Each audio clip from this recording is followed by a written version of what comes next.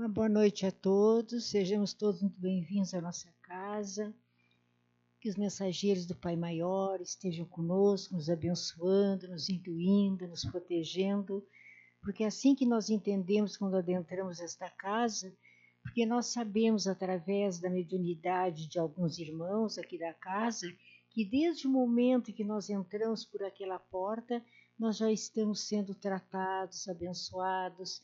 Por isso é tão importante essa nossa conexão com o alto, desde que nós chegamos aqui, a nossa concentração, nosso pensamento positivo, tudo aquilo que nós podemos já receber, que já somos merecedores, nós vamos recebendo desde o momento que adentramos aqui. Então, neste momento em que nós, nessa noite fria, que nós escolhemos estar aqui na Casa Espírita, de uma certa forma, exercendo a caridade, porque aqui nós oramos por todos aqueles que nos são afins, por aqueles que nós não conhecemos também, por aqueles que, de uma forma ou de outra, se ligam a nós. Então, é um momento muito especial, toda vez que viemos à casa, é um momento muito especial de encorajamento da nossa fé, que cada vez se multiplique mais, se fortaleça mais, que esse é o caminho que Jesus veio traçar para nós. Antes de iniciarmos os nossos trabalhos, vamos ler uma mensagem deste livro Fala com Deus, do Lorival Lopes. Deus, quero pôr o coração em tudo o que fizer. Os pensamentos são mais perfeitos quando neles coloco a consciência, os sentimentos bons, a alma. Se não emprego o que tenho no íntimo, o que flui do meu ser divino, ou se o faço de maneira frouxa, desleixada, imprecisa, o que resultar perde a qualidade. É meu desejo intenso que tudo que criar, o que concretizar, contém emoção, vibração, toques do que sou, da minha alma. Para ter a consciência aplicada ao que faço, penso e digo, suplico me ampares com as energias intensas que esclarecem o pensamento e sensibilizam o coração. Guiado por ti, permanentemente, os frutos que dou são mais perfeitos e mais belos. Obrigado, Deus, muito obrigado. Nosso Pai que estás em toda parte, santificado seja o teu nome, no louvor de todas as criaturas. Venha a nós o teu reino de amor e sabedoria. Faça-se a tua vontade acima dos nossos desejos, tanto na terra quanto nos círculos espirituais. O pão nosso do corpo e da mente dá-nos hoje. Perdoa nossas dívidas, ensinando-nos a perdoar os nossos devedores com esquecimento de todo mal. Não permitas que venhamos a cair sob os golpes da tentação de nossa própria inferioridade. E livra-nos do mal, que ainda reside em nós mesmos, pois só em ti brilha a luz eterna do reino e do poder, da glória e da paz, da justiça e do amor, para sempre. Em nome de Deus, nosso Pai bendito, em nome de Jesus, nosso Divino Mestre, em nome de nossos guias, protetores, espíritos familiares e amigos, damos por abertos os trabalhos desta noite, rogando do alto muita luz e muita paz em ambos os planos da vida. E neste momento, para dar continuidade aos nossos trabalhos, chamamos a Marta para as explanações do Evangelho.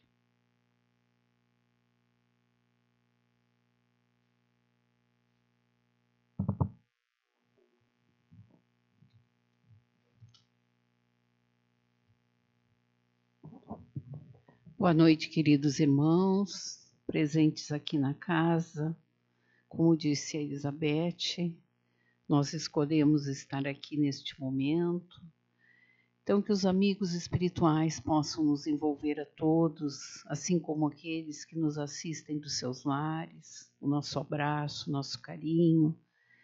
que esta onda de paz possa se estender a cada lar, a cada criatura que neste momento nos unimos pelo pensamento, pelas vibrações, porque sabemos que o espaço geográfico não importa para a espiritualidade, que o pensamento é tudo, e é pelo pensamento que nos conectamos, que nos ligamos em gestos de amor, de paz, de solidariedade, de prece, tanto com os irmãos encarnados como com aqueles desencarnados que nos acompanham na nossa trajetória e que muitas vezes estão junto de nós e nós não percebemos e não sentimos.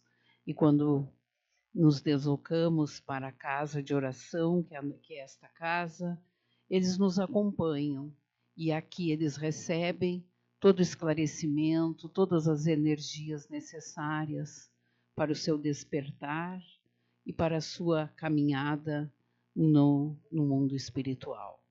Então, hoje nós escolhemos um texto para fazer algumas reflexões junto com os irmãos.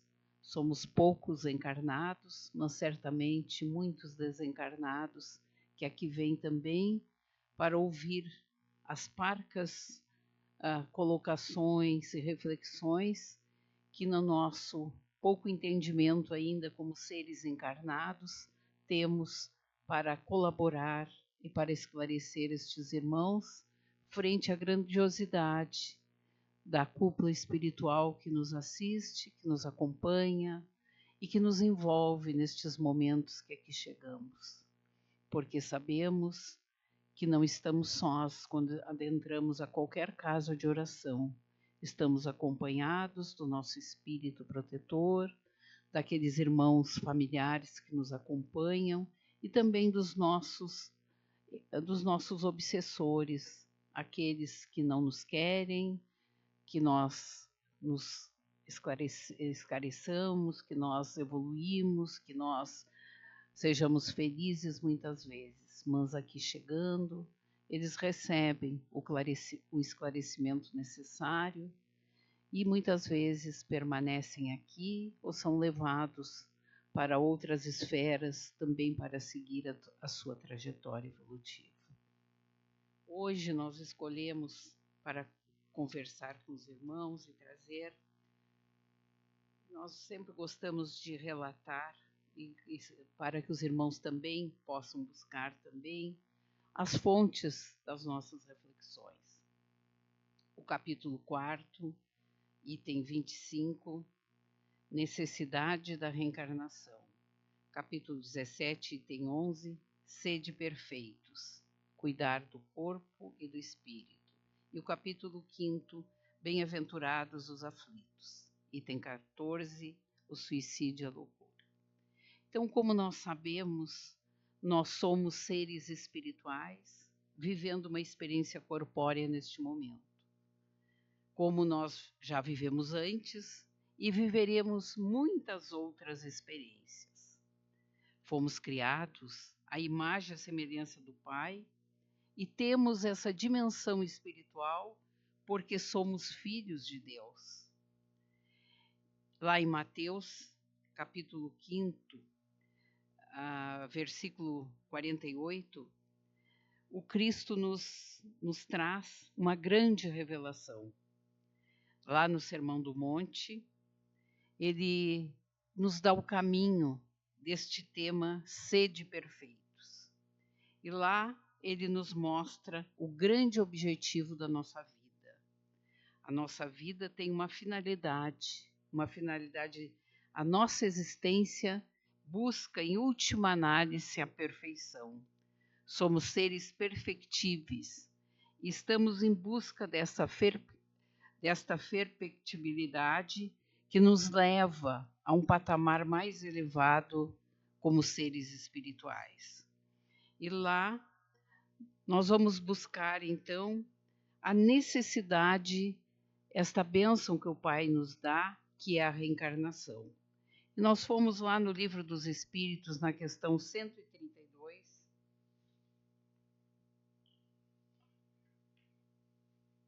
Na questão 132, no capítulo 2º do Livro dos Espíritos, que diz: encarnação dos espíritos, objetivo da encarnação.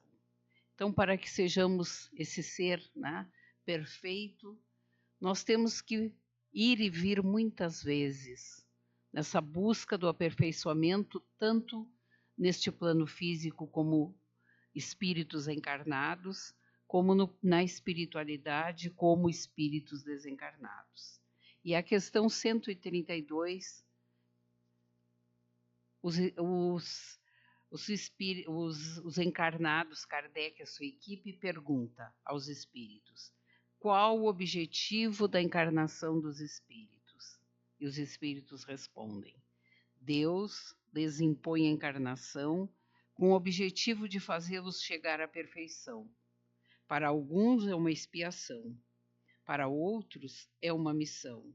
Todavia, para alcançarem essa perfeição, devem suportar todas as vicissitudes da existência corporal. Nisto é que está a expiação. A encarnação tem também outro objetivo, que é o de colocar o espírito em condições de cumprir sua parte na obra da criação. Para realizá-la, é que em cada mundo ele toma um aparelho em harmonia com a matéria essencial desse mundo, cumprindo aí, daquele ponto de vista, as ordens de Deus, de tal sorte que, concorrendo para a obra geral, ele próprio se adianta. E segue depois 133 e seguintes. Mas lá em Mateus capítulo 5, versículo 48, capítulo 5, ele trata das bem-aventuranças, e ele fala sobre cada uma das bem-aventuranças. Mas o tempo não permite, e nós vamos lá para o capítulo 43, para o versículo 43, onde ele diz assim: tendes ouvido o que for dito. E aí ele segue: amarás o teu próximo e poderás odiar teu inimigo. Eu, porém, vos digo: amai vossos inimigos, fazei bem aos que os odeiam, orai para os que vos maltratam e perseguem. Deste modo sereis os filhos de vosso Pai do céu, pois ele faz nascer o sol tanto sobre os maus como sobre os bons, e faz chover sobre os justos e sobre os injustos. Se amais somente os que vos amam, que recompensa tereis? Não fazem assim os próprios publicanos? Se saudais apenas vossos irmãos, que fazeis de extraordinário? Não fazem isso também os pagãos? E termina no versículo 48. Portanto, sede perfeitos, assim como o vosso Pai Celeste é perfeito. Então, a recomendação de todas as bem-aventuranças é para que nós sejamos perfeitos. E aí nós fomos buscar lá no nosso Evangelho, né? No capítulo 17, sede perfeitos. E aí tem o homem de bem, as características da perfeição, a parábola do semeador, os bons espíritas, o dever, a virtude, os superiores e os inferiores, o homem no mundo, cuidai do vosso corpo e do vosso espírito. Então, como nós vamos ser perfeitos, né? Se nós não cuidarmos do nosso corpo e do nosso espírito. Sabemos que a encarnação é uma bênção do Pai e que Ele nos dá sempre uma oportunidade para que nós possamos rever os nossos equívocos, as nossas imperfeições. E neste capítulo, cuidar do corpo e do espírito é muito importante, porque o nosso corpo é a nossa casa bendita. É aqui que é com este corpo que nós vamos desempenhar os nossos compromissos materiais que assumimos antes de reencarnarmos. Então, cuidar do nosso corpo é um dever, cuidar da nossa saúde é um dever, cuidar do nosso corpo físico é um dever, mas também cuidar do nosso espírito, porque somos seres espirituais, estamos numa experiência reencarnatória, uma experiência humana, mas a nossa essência é o espírito. Então, como seres espirituais, o espírito é imortal, ele vive, ele não termina. O nosso corpo, com a nossa morte física, ele se desagrega e ele se dilui na natureza. E o nosso espírito permanece. Então, cuidar do nosso espírito, cuidar de nós como seres espirituais, essa é a principal tarefa que nós estamos a desempenhar nesta encarnação. Cuidar de cada um daqueles que nos rodeiam, da nossa família, dos nossos amigos, cuidar também, levar para eles esse conhecimento que a doutrina espírita nos traz nesta encarnação, né, dessa oportunidade, e dizer a eles que somos seres espirituais, que as coisas do mundo material são importantes, mas que as coisas do espírito, os nossos talentos, as nossas imperfeições, os nossos desafios são mais importantes ainda, porque quando partimos, nada levamos do que é material, mas sim tudo aquilo que conseguimos aprender, tudo aquilo que conseguimos fazer, tudo aquilo que, todo bem, toda melhora interior que cada um de nós conseguiu, essa se agrega ao nosso espírito e continua conosco na espiritualidade, nesta viagem que fazemos, né, de volta à verdadeira pátria, que é a pátria do espírito. Somos seres viajores, né? Fazemos uma viagem e emergimos aqui no planeta Terra. Depois cumprimos a nossa programação planejada, escolhida por cada um de nós, com os desafios que julgamos possíveis de vencer, e voltamos. Voltamos, passado esse tempo e essa programação, voltamos à nossa verdadeira pátria, que é a pátria do espírito. E lá continuamos evoluindo, nos preparando para voltar novamente em novos desafios, numa nova encarnação.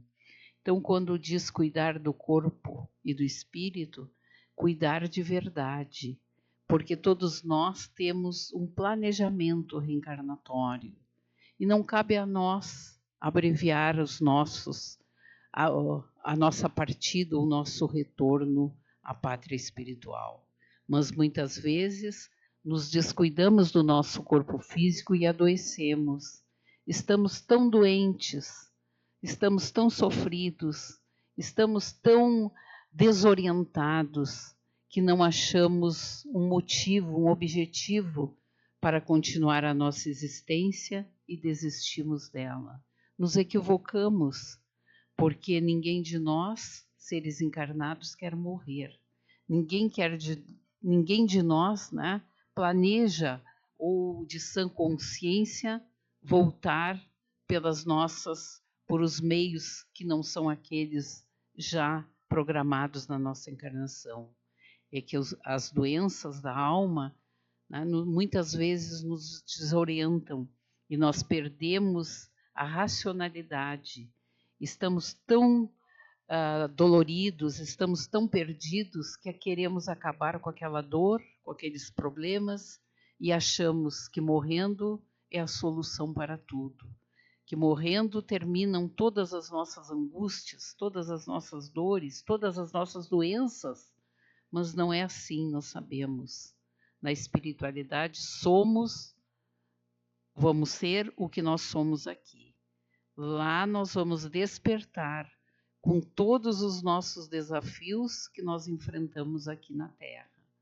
E todos nós, né, não estamos imunes, né, das doenças da alma, das dores da alma.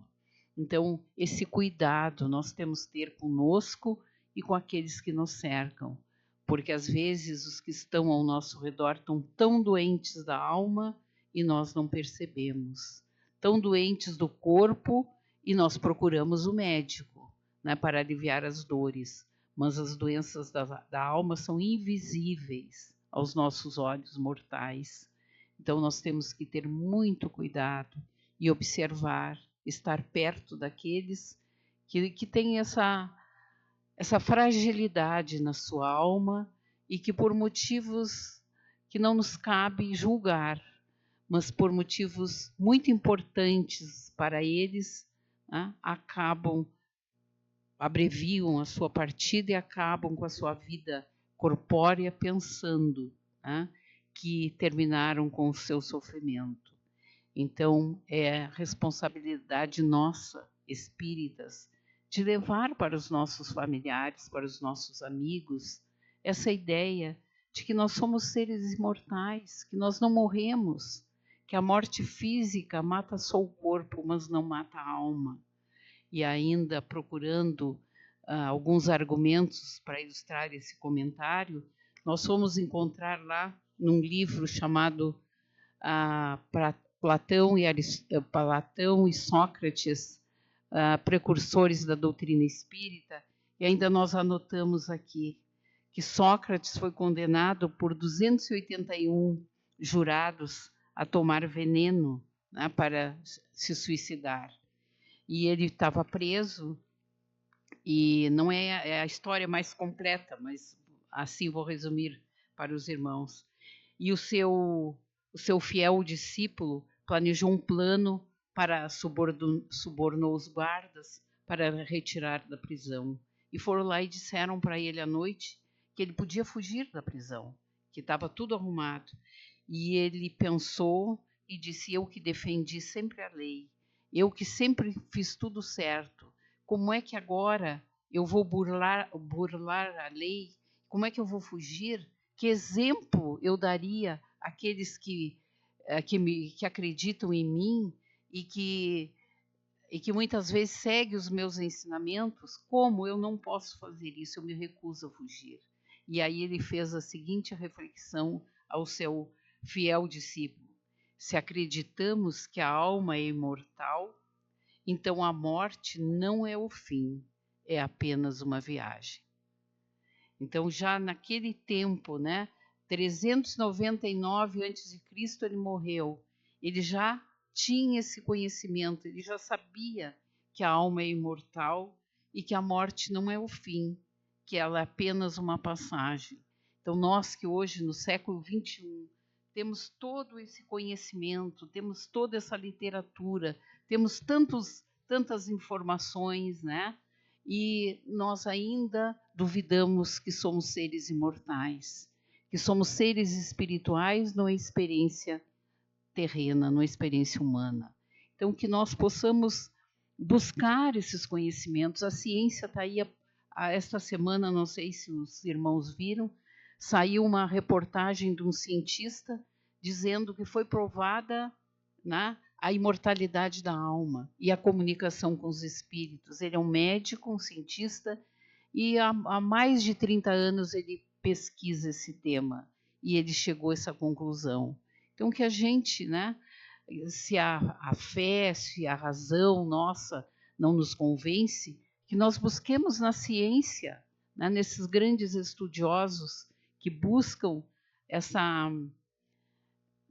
comprovação, essa certeza de que a alma não morre e que somos espíritos imortais.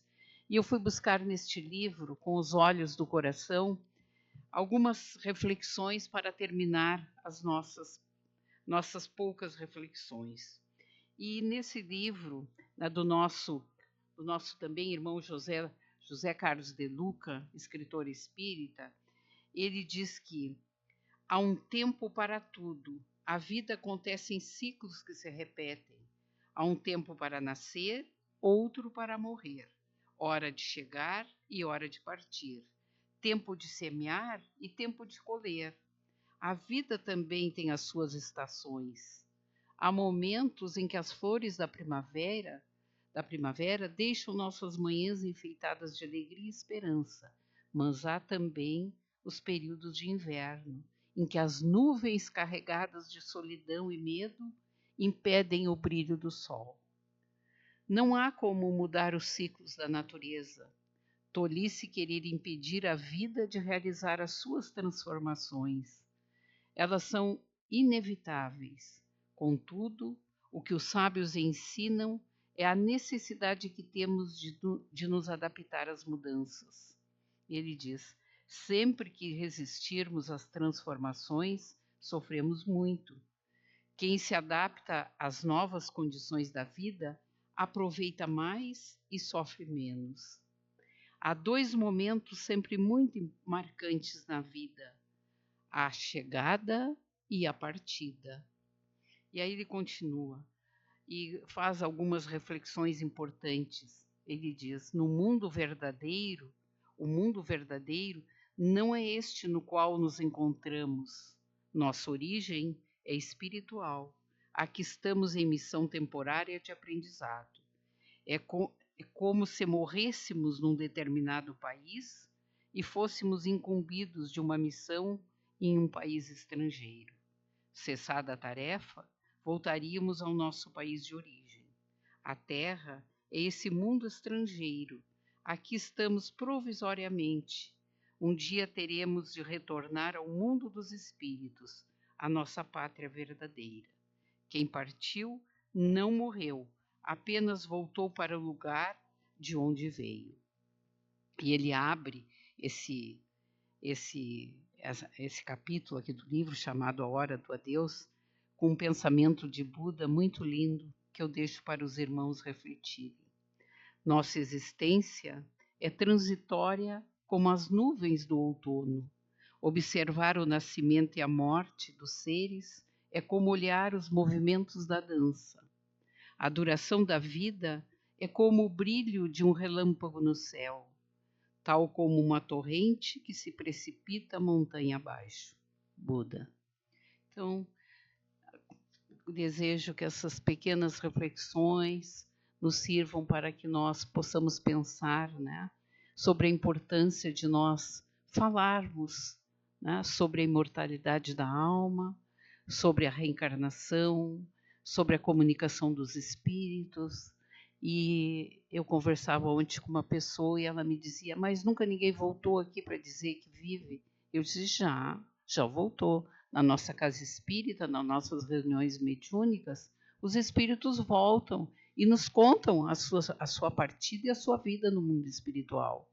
E ela ficou muito séria, me olhando assim, como a me interrogar: será que isso é verdade? Né? Mas eu falei com toda a convicção da minha alma que isto é verdade, isso existe, isso é vivenciado por nós que estamos aqui e que estudamos e que nos aprofundamos neste estudo da doutrina e nessa comunicação dos irmãos encarnados com os irmãos desencarnados. Então a morte não é o fim, é apenas uma viagem. Que nós possamos compreender isso e ter a certeza de que isto é real.